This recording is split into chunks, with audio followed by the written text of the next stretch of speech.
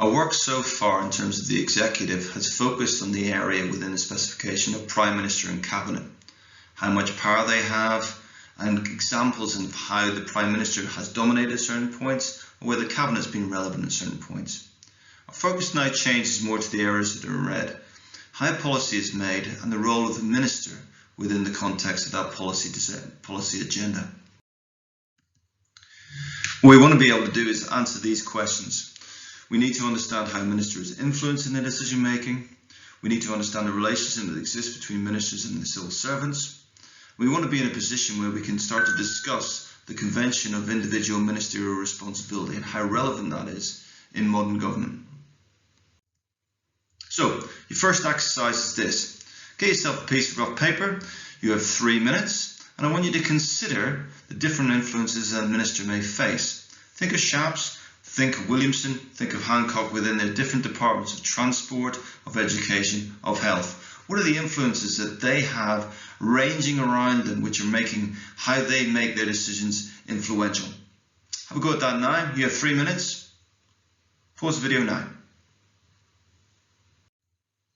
Okay, here's a list of 15 different influences. You may have got those. You want to check them off on your particular list, see how well you did. Some of these terms you might not have thought of. But what I've done here is I've got the 15 and I've put them in particular categories. In the first column, what we have is political influences. Second, advisory influences upon the minister.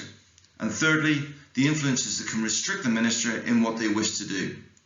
So if we look at the first one, and we think about the political influences, we're talking about the way in which the minister may have to consider the Prime Minister's agenda, will certainly have to consider the manifesto they are elected upon, and maybe pressure they may gain from Parliament, from their own MPs, or perhaps from the strength of the opposition and having to respond to this.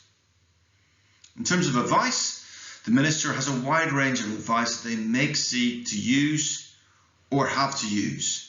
So as you can see there, we're talking about civil servants and special advisors, perhaps within their department, the influence of interest groups that are inside the government, international agreements on the outside, the decisions of the Supreme Court, decisions of other departments and quangos that exist as well in decision making around how a minister may decide to move forward.